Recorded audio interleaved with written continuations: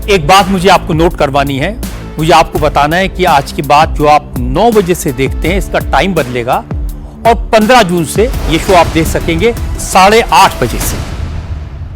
बात केवल sense of entitlement की जो अभी बात हर्षवर्धन जी ने कही, विजय जी, एक तो वो है ही बात, आप होते हुए दिखना चाहते हैं कि आप बहुत बड़े नेता हैं, रहे हैं और आपकी ताकत है, लेकिन ताकत तो नंबर के आधार पर होती है। जो उत्तर प्रदेश में बंगले खत्म भी हुए, अच्छा अभी किसी ने याद दिलाया, वो भी सर्वोच्च न्यायालय के निर्णय सुनो खत्म, हाई कोर्ट के फैसले, हाई कोर्ट, यानी जो नेताजी लोग थे वो खुद नहीं त्याग पाए। ये भी जरा समझिए, पूर्व मुख्यमंत्री के तौर पर अगर अखिलेश यादव का बंगला गया तो अखिलेश जी छोड़ नहीं पाए, मायावती जी छोड़ नहीं पाई, या कोई भी नेता छोड़ नहीं पाया।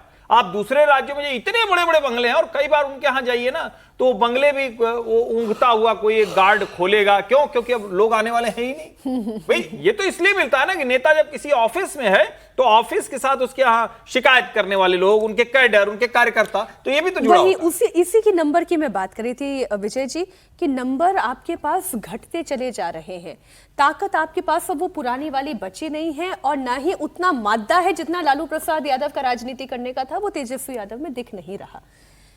फिर आप ये कर रहे हैं, आने वाले दिनों में अब सम्राट चौधरी भी ताकतवर होते चले जा रहे हैं। आपको आरजेडी का भविष्य कैसा दिखाई दे रहा है? नहीं, आरजेडी बहुत कमज़ोर हुई है लालू जी के बाद, लेकिन तेजस्वी जी ने एक नई आरजेडी भी तैयार की है। वो लालू के बैगेज से निकलने की कोशिश में लगी हुई है, लेकिन वो कितनी कोशिश करेंगी, कितनी लड़ाई लड़ेंगे, वो बड़ा मुद्दा। और जो अभी हम पहले बात कर रहे थे कि रीजनल पार्टीज़ के भविष्य को लेकर, तो वो रीजनल पार्टीज़ वहाँ पर कैसे चलेंगी, क्या आगे होगा। अभी तो आरजेडी भी है, जेडीयू भी है, दोनों का भविष्य वहाँ पर बहुत कोई अच्छा नहीं दिख रहा, तो उस पर काम करें, उस पर लड़ाई लड़ें। और अब मौका है, तेजस्वी तो बहुत नौजवान लोगों में से हैं, लालू जी को तो छोड़ दीजिए, अब बुजुर्ग आदमी हैं, बीमार भी हैं, तो आरजेडी की लड़ाई उनको लड़ना चाहिए जनता के लिए, सरकार के खिलाफ। और ज़रूरी नहीं होता हमेशा सरकार के खिलाफ ही लड़े, आप तैयारी तो करें, अपनी पार्टी के लोगों से मिलें, मुद्दों पर लड़ना चाहिए। सरकार के खिलाफ हो वो क्या, मुद्दों पर लड़ाई लड़ें, और उन मुद्दों के लिए सड़क पर उतरें, सड़क पर जाएंगे, लोगों से मिलें। वो सारी एक्सरसाइज नहीं हो रही। और ये जो इशू है, ये भी बहुत गंभीर इशू है, जो सिक्योरिटी वाला इशू है, कि इस पर एक पूरे देश भर में एक नीति बने कि भाई अभी नीति ये है कि हाँ सरकार ने तय कर दिया किसको देनी है, किसको नहीं देनी। एक नीति बन जाए ना कि भाई इतने लोगों को इस लेवल पर ये सिक्योरिटी मिलनी चाहिए, नहीं मिलनी चाहिए। पूर्व मुख्यमंत्री हों, पूर्व मंत्री हों, पूर्व प्रधानमंत्री हों, जैसे वाजपेयी सरकार में बड़ा फैसला किया गया कि भाई जो पूर्व प्रधानमंत्री हैं उनको 10 साल तक ये सिक्योरिटी मिलेगी। तो ऐसा ही पूरे देश भर में मुख्यमंत्रियों के लिए तय कर दिया जाए, नेताओं के लिए भी तय कर दिया जाए।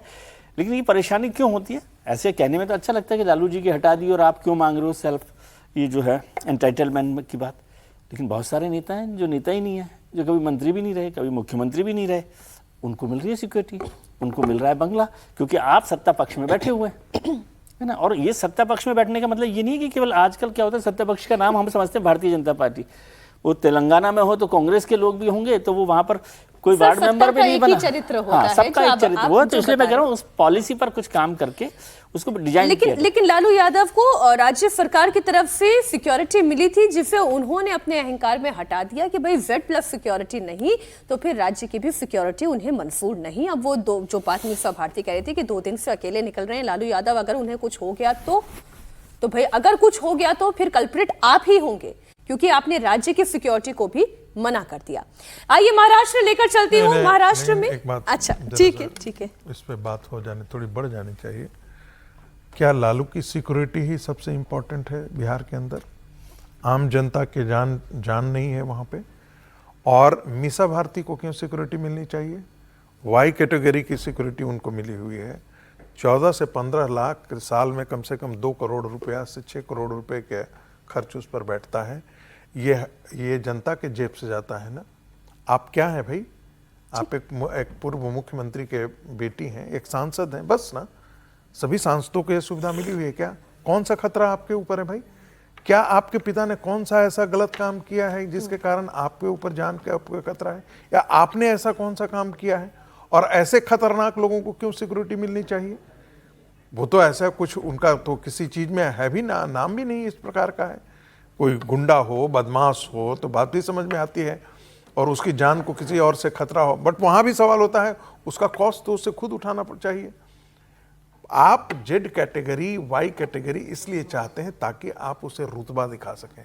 आप सड़क पर चलते हो तो आपकी धमक होनी चाहिए ना कि मैं चल रहा हूं।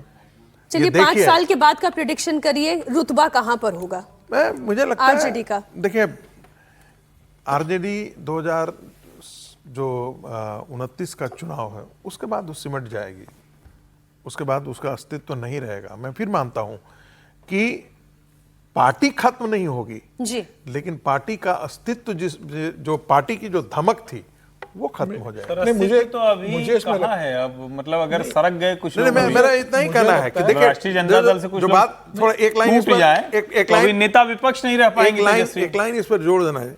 देखिए, ना तो टीएमसी खत्म होने वाली है, पहले सेशन में हम लोग इस पर बात करें, नहीं अखिलेश यादव की पार्टी खत्म होने वाली है। अखिलेश यादव कभी भी नहीं चाहेंगे कि कांग्रेस में विलय हो, टीएमसी कभी भी नहीं चाहेगी कि विलय हो, डीएमके कभी भी नहीं चाहेगा कि विलय हो, शरद पवार कभी भी नहीं चाहेंगे कि उनकी पार्टी का विलय हो जाए, क्योंकि उनके आज के दिन में तो 2 या 3 सांसद रह करके जो फायदा मिलता है वो विलय होने के बाद तो फायदा ही नहीं रहेगा। निगोशिएशन की ओर आप उपेंद्र कुशवाहा को जरा देखिए ना, सर महाराष्ट्र लाने दीजिए के बावजूद भी सांसद बने जाते हैं, तीन जीत करके आते हैं, एक मंत्री बन जाता है। तो आप जरा वो देखिए ना, तमिलनाडु में कांग्रेस की बात आप कर रहे हैं, भविष्य का बोल रहे हो। मुझे लगता है आरजेडी का भविष्य तो बहुत अच्छा रहेगा। नीतीश कुमार की पार्टी खत्म हो जाएगी 2030 के अंदर, और नीतीश कुमार के जाने के बाद आप उनके बेटे जो मंत्री बने, स्वास्थ्य मंत्री, क्या वो जेडीयू को चला पाएंगे?